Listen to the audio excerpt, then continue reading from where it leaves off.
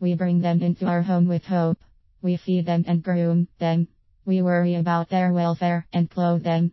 We are taking them to daycare, signing them up for activity classes, and ensuring they are having poignant play dates with their peers to be more sociable, so that they may have a rewarding balanced existence. We buy them large, carpeted structures to play and sleep in. We protect and pamper them. For this, they love us back unconditionally and faithfully. They never reject us or use us until something or someone better comes along.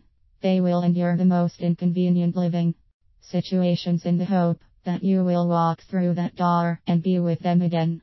As a professional pet sitter and dog walker, I know for a fact that they patiently wait hours and days for your return home from work or vacation. To top it off, they have more confidence in you than you have in yourself. They are our fur family. Americans spent $58 billion on 397 million pets in 2014. This allocation of income indicates that we are changing as a society. We are now coexisting more intricately with the animals we choose to share our lives with on a daily basis. We are giving them higher status and placement in our family hierarchy. Our canines and felines weave themselves seamlessly into our daily activities now, like going to the grocery store, taking a walk on the beach, lounging by the fire together. We shop for a home layout with them in mind. We cook and sleep together as a pack, and yet we are not always prepared for the end-of-life issues when our pet has reached the end of their life journey. Much like saying goodbye to a human, it is just as hard, if not harder sometimes, with a fur family member.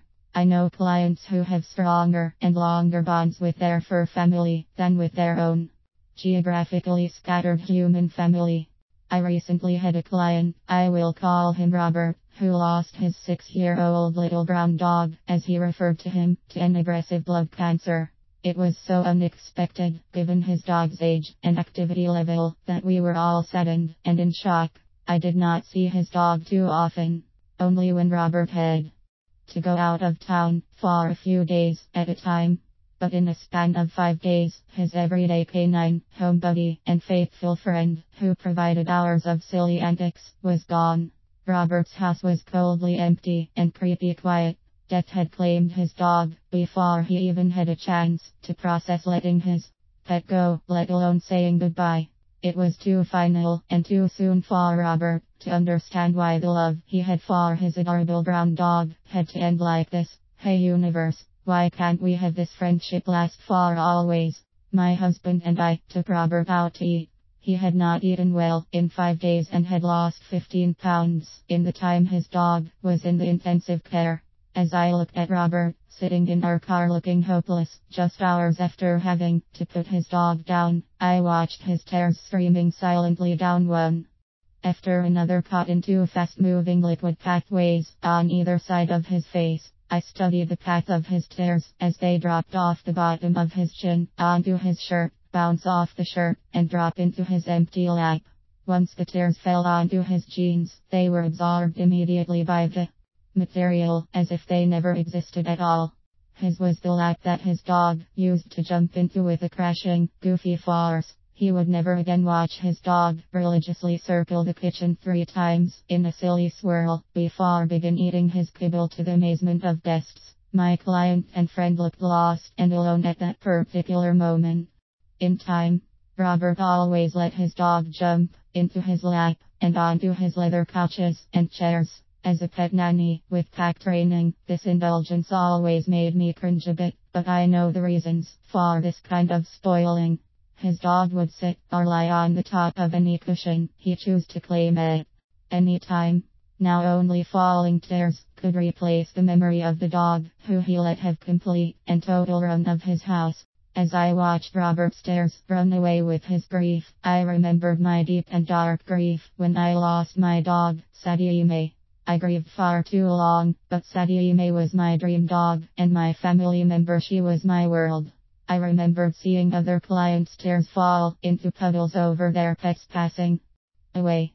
The collective feeling of grief of all the pets and clients came rushing back to me in that car while I watched Robert process this emotion, and I knew his pain right there. The pain of loving a pet is palpable when they are gone. A current helicopter pilot, a former sheriff, Robert was now a human being stripped of all bravado and melting into the reality of grieving the loss of his dear canine friend. I looked at him and realized that our pets help us to understand the journey we take when we love another life, sometimes even more than we love ourselves. Pets are so innocent and simple, honest and faithful, that our love for them is so pure and untainted. When they are gone from our life, the reality of a harsh world comes flooding back into our empty laps again, and we feel less human. Robert texted me a few days.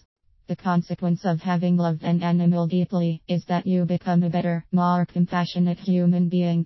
My world looks better if I look at it through the lens of a pet.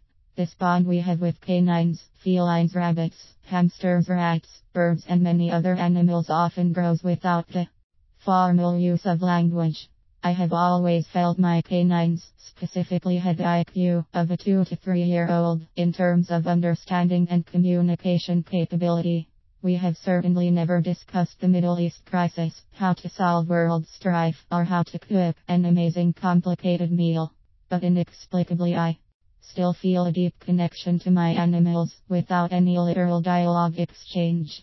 Another client of mine had to say goodbye to their kitty of 16 years. Another treasured fur family member, their kitty was so dear to them that enduring life without their fur kid with them on a daily basis felt somewhat unbearable. Their kitty was a part of a pair of kitties they had built their home and life around. Even though their kitty boy was ill for some time and had been through ongoing vet care to maintain a quality of life and kept comfortable, his passing was still too quick and too final in the end.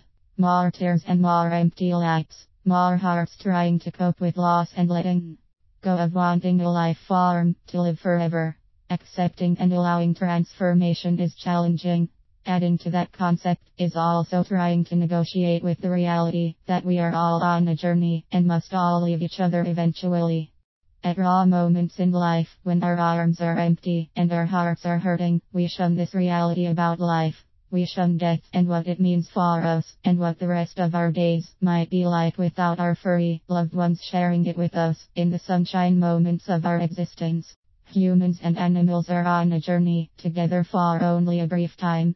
We might find ourselves on the same pathway for a bit, and then we have to let go and allow life to take one of us one way and allow death to take another life form to another realm. I firmly believe I will see all my pets and my clients' pets again at Rainbow Bridge when I pass away from this life journey. I hope to see my Sadie again in the clouds and play with her heirs and never let her go. I hope.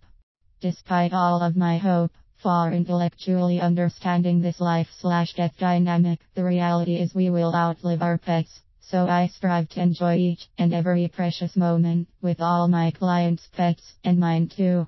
I try to never take their unconditional love and faith in me for granted. We love the puppy and the kitten, the expectations of growth and the future adventures together. However, simply speaking, we are not ever prepared to say goodbye when they have come to the end of their journey here.